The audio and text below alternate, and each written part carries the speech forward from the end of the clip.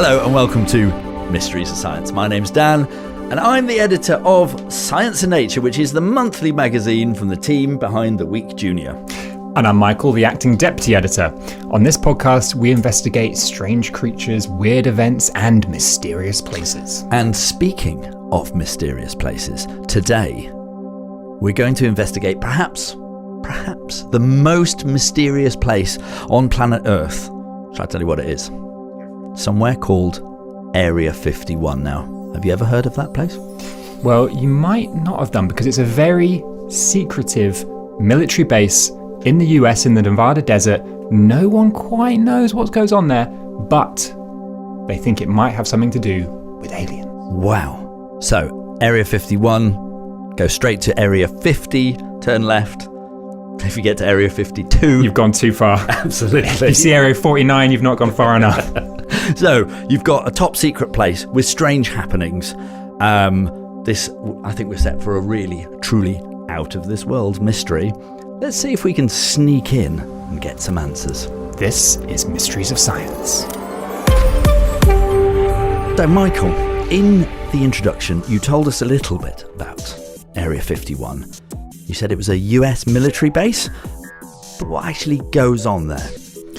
Well, Dan, I can't tell you, but hopefully our expert guests can. So why don't we say hello to somebody who's written a series of books about Area 51, trying to answer that very question.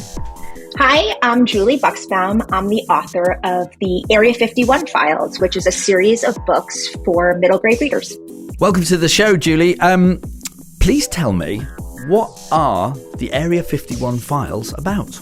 The Area 51 Files digs into the secrets of Area 51. In the first book, some aliens go missing and Sky and her friends have to solve the mystery of the missing aliens. In the second book, The Big Flush, it tackles the very real problem of space junk and all the debris that is floating around our atmosphere. There are 30,000 pieces of space junk currently circling our atmosphere, and there are actual organizations whose jobs it is to track that space junk. And in The Big Flush, a giant space toilet is headed towards Area 51, and Sky and her friends have to save the base and perhaps the entire state of Nevada from a giant space toilet. And in the third book of the series, Friend or UFO, there may or may not be an Area 52 on our planet. Sounds brilliant. So tell us, Julie, where did the idea for these books come from? I love Area 51. I love any mystery that makes you ask the question, what if? But the way I came up with this book idea actually did not come from me. It came from my 9-year-old son. Well, he was 9 at the time. And during the pandemic, my kids used to ask me all sorts of questions I didn't have answers to. And as a parent or guardian, it's deeply uncomfortable when our kids ask us questions that we don't know the answers to. And my kids were home from school for about a year. I live in Los Angeles. And during that time, they had all sorts of questions for me that I couldn't answer. Like, when are we going back to school? Or when are we going to see Grandpa? And it was deeply uncomfortable every time they asked me a question like that. And one time at dinner, my son Luca said, "Mommy, I have a question for you." And I said, "Okay, Luca, I have an answer." Though I was really worried about what he was going to ask. And he said, "Mommy, what do you think happens at Area 51? And what was interesting about the question is he didn't ask me what happens at Area 51. He asked, "What do you think happens at Area 51? And I had this moment where it all came to me. And I decided to answer his question. I'd write him an entire book. And that's what I did. And now it's an entire series. And I've written 3 books answering the question about what I think happens at Area 51. Right there. Let's have a great shout out for the questions that kids ask, because they quite often ask, our listeners ask us some of the most difficult to answer questions. Obviously, Julie's books are fictional about things that might be happening at Area 51. But what I'm interested, Julie, to learn is, what did you learn about the real Area 51 while you were writing your books?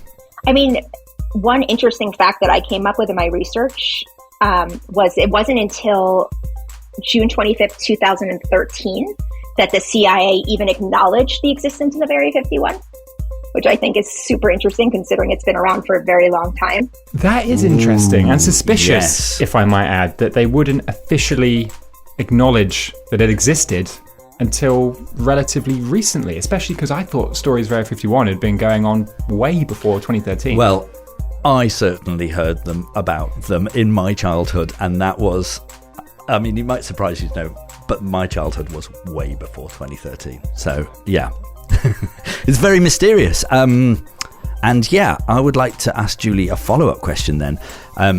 When did all these mysteries surrounding this strange and secretive military base start? On July 8th, 1947, if you look at the newspaper, the Roswell Daily Record, there's a headline that references capturing a flying saucer on a ranch in Roswell, in the Roswell region of New Mexico. Later, they corrected the record, right, and said it wasn't a flying saucer, but it was a weather balloon. But that sort of ignited the national imagination, and many, many people believe that that flying saucer now lives in Area 51 behind highly classified doors.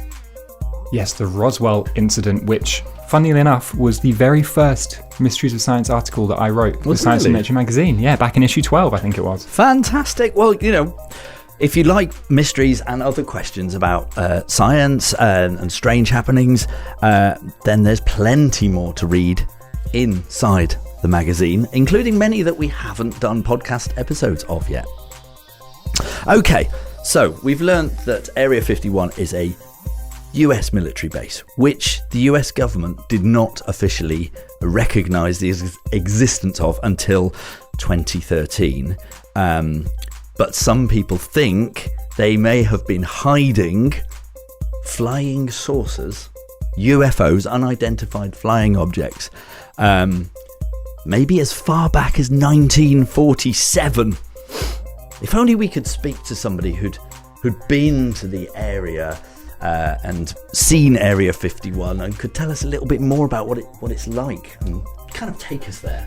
Well, Dan, we're in luck because, believe it or not, a member of the Science and Nature team has been to Area 51. No way. That's spooky. It's almost as if we planned it. Hi, I'm Dave Kelsall, and I'm the art director of The Week Junior and Science and Nature magazine. Hello, Dave. Fancy seeing you here. Very pleased to welcome you to Mysteries of Science and to introduce you to our listeners. So tell us your story of how you ended up going to Area 51.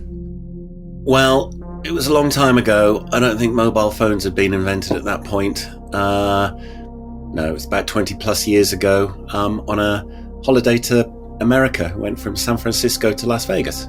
I was with my girlfriend, now my wife, and she said, you only need 3 days in Las Vegas, and I suddenly realized that you need at least a couple of weeks. So I phoned up my company I was working for at the time and said, can I stay? And they said, yeah, no problem. And we had the time to do something I'd always wanted to do my whole life, which was try and find Area 51. But how close can you get to the entrance? I mean, like, this is a high security military base, so you know, can you walk right up there? Is there lots of security around? Well, we missed it initially. There's you're traveling along the ET highway, and there's a little dirt road which leads you to Groom Lake. It doesn't say you can't go down it, it just leads off. It looks like a tractor path until you see 18-wheeler juggernauts bombing along it the other way, and you think this isn't a little dirt road. And actually I found out it's reinforced concrete that's made to look like a dirt road. They don't want you to go down it, but they don't actually say you can't, and because you can, and you can go down it for 2 or 3 miles. Where you do have to stop is a little tiny checkpoint which no one guards, but there's a sign that says, do not come any further. Deadly force will be put into action if you step across this line, and I think there's a year of imprisonment. And they've got guys in jeeps that patrol the area. They've got sound equipment in the shrubs and trees all around the area. They've got helicopters that will come over the hill from Area 51 and look very threatening at you if you go. So I didn't. We turned around. In fact, to be really honest, we didn't even get up to that bit. I kind of felt I'd seen enough. I should have gone down it, but we went a little bit down the road and thought, I don't know what's legal and what isn't at the time. It was all, there wasn't much information on the internet that I could find, so I even thought going along the bit I did was illegal, so I chickened out. But next time, I'm going to get to the checkpoint. To be fair to Dave, I think I probably would have chickened out too. That sounds very sensible. I mean, I think if I had seen a sign saying, as soon as I saw the sign saying deadly force will be used, I would have hightailed out. Yeah, definitely. It sounds to me, like they've definitely got something to hide, and I'm sure I'm not the only one. Why all of that high security? As they say, there's no smoke without fire. Why all that high security if you've not got something to hide? And that's not all. It turns out there's a lot of things they don't want you to see around Area 51. What I did find interesting was, from our hotel, we looked at the airport, Las Vegas airport, and there was a lot of planes taking off from a company called Janet Airways. And I found out earlier that Janet Airways ferries people that are going to Area 51 from Las Vegas, and they land in Area 51 on what is one of the world's biggest runways. So I don't know why they don't just land there, but there's got to be a reason. So I went to take a few photographs of the planes, and I was shooed away pretty quickly. I guess because they didn't want me taking pictures of the personnel getting on the plane rather than the actual plane that everybody can see. Personnel? Or alien L? Yeah, personalien. Very much better. That is super mysterious. I mean, like, the deeper we get in here, the mysteries just keep on piling on top of each other. I mean, I wonder who or what could be on these flights, and what don't they want us to see? Is it extraterrestrials? Is it? Well, if there are extraterrestrials in or around Area 51, you think there might be some signs, some clues, maybe some strange events going on. Dave, that's fair enough. Did you see anything out of the ordinary? Well, yes. Any listeners that have ever seen the film Close Encounters, one of my favourite sci-fi films of all time, will know there's a scene with cows, and I won't give it away, but when we were travelling along the road and there was nothing there was no other cars. You don't really see any other cars, you see nothing for a long time. I noticed a little dot on the horizon as we got closer. It was a dead cow had collapsed in the middle of the road, which is kind of weird. I've never come across a cow in the middle of the road before, but weird because there was no other cows anywhere near. No other wait a minute. High security, secretive flights, dead cows in the middle of the road. The place that wasn't officially there until 2013. What can I say? How are we going to get to the bottom of all of this? Well, I think we need to bring in an old friend of the podcast, an expert UFO investigator. My name's Nick Pope. I used to work for the Ministry of Defence, and one of my postings involved investigating the UFO phenomenon. I now live and work in the United States and do a mix of freelance writing, journalism, and TV work. Yeah, well, welcome back to the show, Nick. Long-time listeners may remember Nick from our UFO episode. Nick, you have investigated unidentified flying objects for the British government, I believe. Have the US government let you have a look inside Area 51? I've been right up to Area 51, but even I couldn't get in, so I took the security very seriously, of course, and wouldn't dream of trespassing. No one should. But you can go right up to the gate, or fairly close, and you can get some pictures sometimes of the edge of where it is. But no, despite having worked for the government in the UK, I have not yet received my invitation. But if anyone from the US government's watching and wants to invite me in for a little tour, I'm up for it, and I won't let on, I promise. I'm sure they are watching. Yeah, they're definitely listening to this podcast. Okay, so you've not been inside, Nick, but tell us, what do you know about Area 51?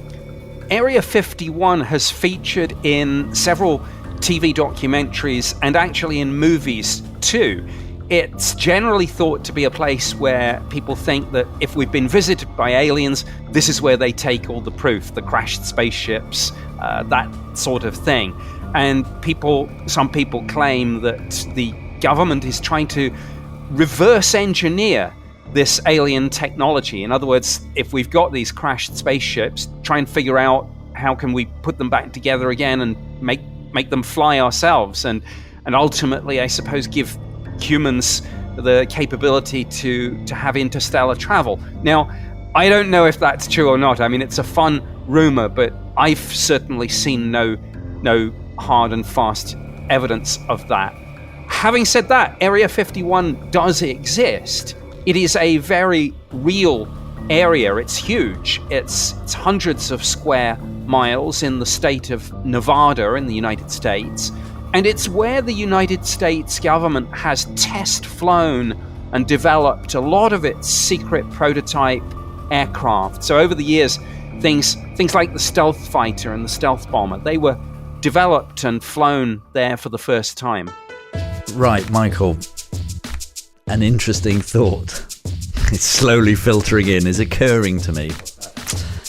So, like sometimes the simplest answer is the one you should look for because it's the one that is often more right. So I'm thinking if Area 51 is where they test their super secret, super advanced stealth fighter jets, then maybe that would explain all this talk of unidentified flying objects, strange things in the sky, flying at odd times of night that people don't want you to see.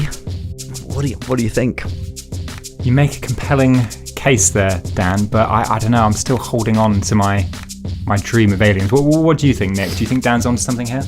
I think there have been several times in aviation history where absolutely the cutting edge of technology, brand new prototype spy planes have been seen by pilots, mistaken for UFOs because the pilots say, well, we haven't got anything like that. But of course, they're not read into those classified programs necessarily.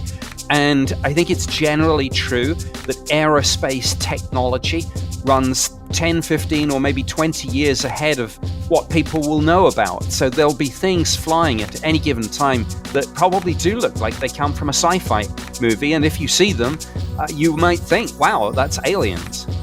Bingo. That's it then. Case closed. I think it's probably time to wheel out the old mysteryometer at this point. Not so fast, Dan. Wait. There's another twist in the tale, something that we haven't spoken about yet. There was a particular whistleblower called Bob Lazar who claimed to have worked there and worked on reverse engineering or back engineering alien technology. What? Wait, we were so close. Somebody who worked at Area 51 claimed to have been working on alien technology. I mean, tell me more. This is blowing my mind. I mean, okay, first thing, was he telling the truth? I need to know what evidence he had. And what about the cow? How do you explain that? Yeah, how does the cow come into all of this? The cow's not flying planes. Well, Dan, get ready because I'm going to tell you all the answers in 4 weeks' time. What? Yes, it is our mid-season break, but join us on the 7th of June where we'll get to the bottom of this once and for all and hear more from our expert guests. Wow. Well, I can't believe that. I love a cliffhanger, and if you, like me, can't wait to find out what's going to happen in the next episode, please send us a voice note. We'd love to hear your theories about what's really going on at Area 51. What do you think they've got in there? Are they hiding anything? So you can do that really simply by just heading to funkidslive.com mysteries and hitting the big red button. And don't forget to join us again in 4 weeks' time as we return to Area 51. Until then, stay curious.